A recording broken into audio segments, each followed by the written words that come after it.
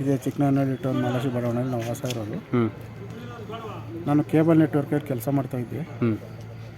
ಆಗ ನನಗೆ ಜಯಲಕ್ಷ್ಮಿ ಅಂತ ಹೇಳ್ಬಿಟ್ಟು ಇಬ್ಬರು ವಿಡಿಯೋ ಪರಿಚಯ ಆದರು. ಬಟ್ ಆಕೆ ಒಳ್ಳೆ ವ್ಯಕ್ತಿ, ಆಮೇಲೆ ನನಗೂ ಅವ್ರ ಪರಿಚಯ ಚೆನ್ನಾಗಿ ಪರಿಚಯ, ಸ್ವಲ್ಪ ಪ್ರೀತಿಗೆ ತಿರುಗ್ತು. ಆಮೇಲೆ ನನಗೆ ಅವಳ ಜೊತೆನೇ ಇದ್ದು ಬಿಡೋಣ ಅಂತ ನನ್ನ ಮನಸ್ಸು ಅನ್ನಿಸ್ತು. ನನಗೆ ಮದುವೆನೂ ಬೇಡ ಏನು ಬೇಡ ಅಂತ ಅದ್ಭುತವಾದ ವ್ಯಕ್ತಿತ್ವ ಆಕೆ. ಹಿಂಗೆ ಸುಮಾರು ಒಂದು 24-25 ವರ್ಷ ಜೀವನ ಕಳೆದ್ವು. ಆಕೆ ಆಗಲಿ ನನ್ನ ಮಧ್ಯೆ ಆಗಲಿ ಏನು ನಾವು ಯಾವತ್ತೂ ಜಗಳಾಡಿದಾರಲ್ಲ, ಗಲಾಟೆ ಮಾಡ್ದಾರಲ್ಲ. ಎಷ್ಟೋ ಮಕ್ಕಳಿಗೆ ಎಜುಕೇಷನ್ ಎಲ್ಲ ಕೊಡಿಸಿದ್ದಾರೆ, ಬಟ್ಟೆ ಕೊಡಿಸಿದ್ದಾರೆ ನನ್ನ ಹೆಂಡತಿ. ನನ್ನೂ ಸಹ ಹಾಸ್ಪಿಟ್ಲಲ್ಲಿ ಚೆನ್ನಾಗಿ ನೋಡ್ಕೊಂಡ್ರು ಅವರು. ಅದಕ್ಕೋಸ್ಕರ ನಾನು ಇರಲಿ ಬಿಡು, ನನ್ನ ಜೊತೆಲಿ ಹಿಂಗೆ ಚೆನ್ನಾಗಿದ್ದು ಬಿಡೋಣ ಇರೋವರೆಗೂ ಅಂತ ನಾನು ಅವ್ರಿಗೆ ಹೇಳಿದೆ.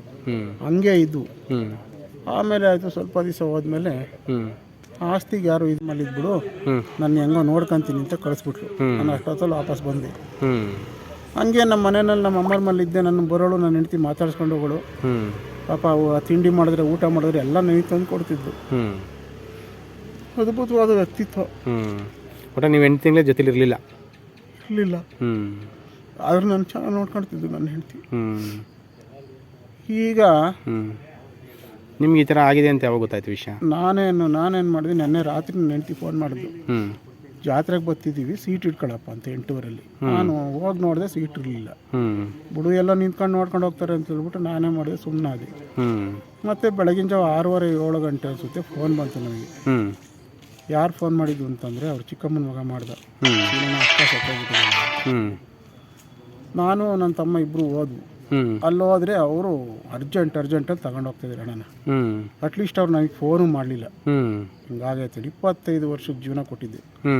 ಅವರು ಶೆಡ್ಯೂಲ್ಡ್ ಕ್ಯಾಸ್ಟು, ವಿಡೋ.